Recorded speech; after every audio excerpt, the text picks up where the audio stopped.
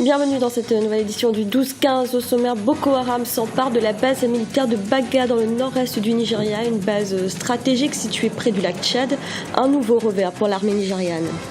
Affrontement entre l'armée et des rebelles présumés au Burundi. Les combats ont fait une centaine de victimes. Les contours de ces événements restent pour l'instant obscurs. Et le président de la Banque africaine de développement, Donald Kaberuka, achève au mois de mai prochain son deuxième mandat, l'occasion de dresser son bilan à la tête de l'institution. Mais tout d'abord, on connaît désormais le nom du nouveau Premier ministre tunisien. Il s'agit d'Habib Essid, âgé de 65 ans. Il a été ministre de l'Intérieur après la révolution de 2011, en charge des affaires sécuritaires auprès du Premier ministre islamiste Hamadi Jebali. Mais il avait également eu des responsabilités sous le régime de Ben Ali. Dans l'actualité également, Boko Haram a pris le contrôle samedi matin de la base militaire de la force multinationale de Baga à quelques kilomètres du lac Tchad. Les troupes nigérianes seules sur le site ont pris la fuite. Après avoir pris le contrôle de la base de Baga, la secte islamiste s'est ensuite attaquée à plusieurs villages des environs dans un rayon d'une quinzaine de kilomètres. Écoutez à ce propos notre éditorialiste Samuel Gambok. Pour que les États de la région puissent faire face à cette menace qui devient transfrontalière, il faut vraiment une coalition internationale sur le plan régional, mais également sur le plan international, parce que les États de la région ne disposent pas de tous les moyens nécessaires pour combattre ce genre de menace. Boko Haram n'est pas simplement une force asymétrique, mais elle a cette capacité à allier menaces asymétriques et ripostes symétriques. Donc, pour lutter efficacement contre cette menace, il faut une conjonction de facteurs, une conjonction de puissances pour pouvoir endiguer la menace Boko Haram. Est-ce que les États de la région peuvent, à très court terme, réagir? Je pense qu'il se fait un peu trop tard parce que Boko Haram a pris beaucoup plus de temps pour mieux contrôler les territoires et sa poussée en termes de contrôle territorial montre que Boko Haram est capable aujourd'hui de détruire toute stratégie régionale. N'oublions pas qu'en octobre 2014, les États de la Commission du bassin de lac Tchad ont décidé de mettre en place une force multinationale de 700 soldats qui n'a toujours pas vu le jour.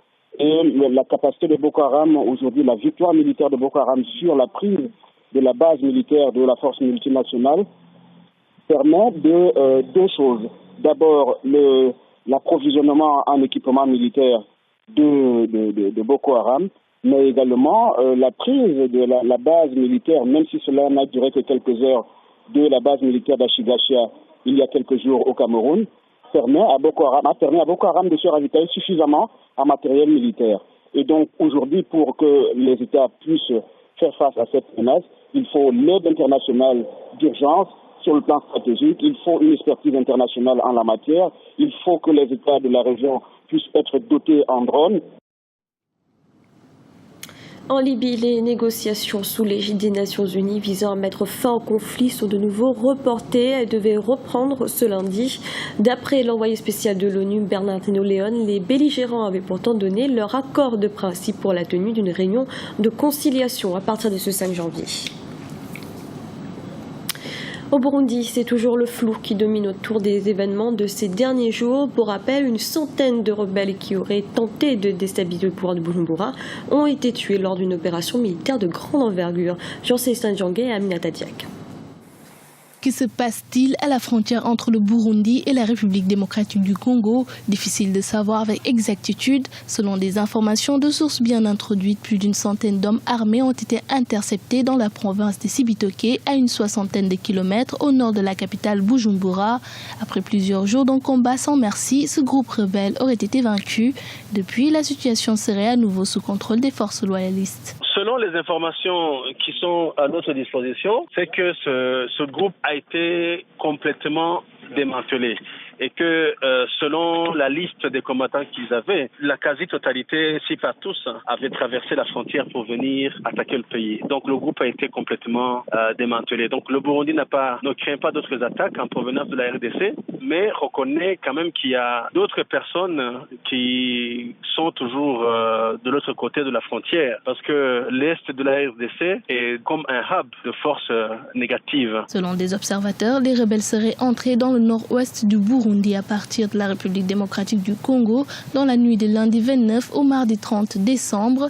Leur objectif était de mettre à mal le pouvoir du président Pierre Nkurunziza.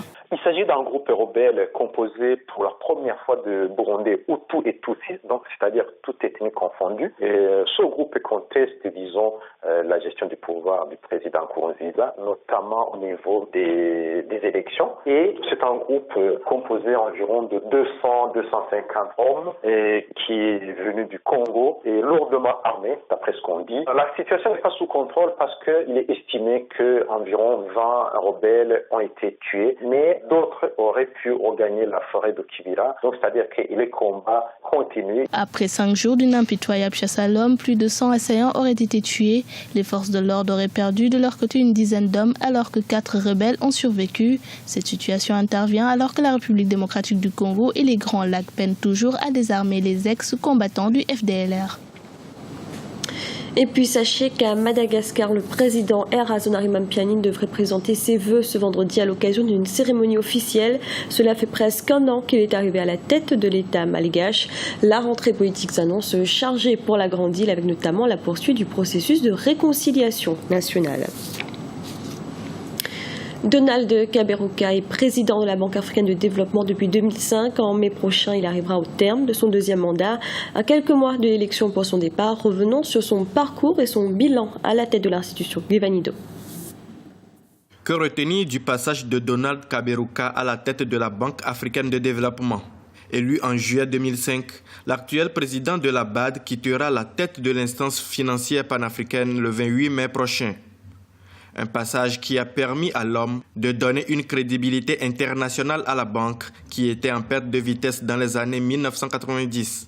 Depuis 10 ans, l'Afrique a amorcé un décollage qui est loué par tout le monde. C'est un fait. Nous sommes aujourd'hui parmi les continents qui connaissent une croissance assez importante. Mais ce que j'ai dit, c'est que le potentiel de l'Afrique lui-même à l'intérieur n'est pas exploité suffisamment. Un autre succès à mettre à l'actif de l'ancien ministre rwandais des Finances, le retour en août dernier du siège de la banque en Côte d'Ivoire après plusieurs années de crise. Aujourd'hui, 30% des opérations de la banque concernent le secteur privé. La Banque africaine du développement sous Donald Kaberuka a apporté d'énormes réformes et rationalisé ainsi que professionnalisé les procédures internes à l'intérieur de la banque, ce qui a permis à celle-ci de passer parmi les premières institutions du financement du développement en Afrique. 12,6 milliards de dollars de prêts de dons approuvés à l'intérieur du continent, ce qui n'est pas du tout négligeable. Il faut que le travail accompli par Donald Kaberuka au cours de ces 2 mandats puisse être redynamisé, puisse connaître une nette amélioration. La Banque africaine de développement va célébrer ses 50 ans en novembre prochain. Ses axes d'intervention restent inchangés. Infrastructures nationales et régionales, intégration économique inclusive, création de richesses par le secteur privé et la bonne gouvernance dans les États membres. Plusieurs noms circulent déjà quant à la succession de l'actuel président de la BAD. Il s'agit entre autres du Tchadien Bedorma Kordé, du Nigérien Akinwumi Adesina ou encore de la Cap-Verdienne Christina Duarte. C'était le journal de la rédaction. Merci de l'avoir suivi. Retrouvez dans un instant une nouvelle édition de l'information.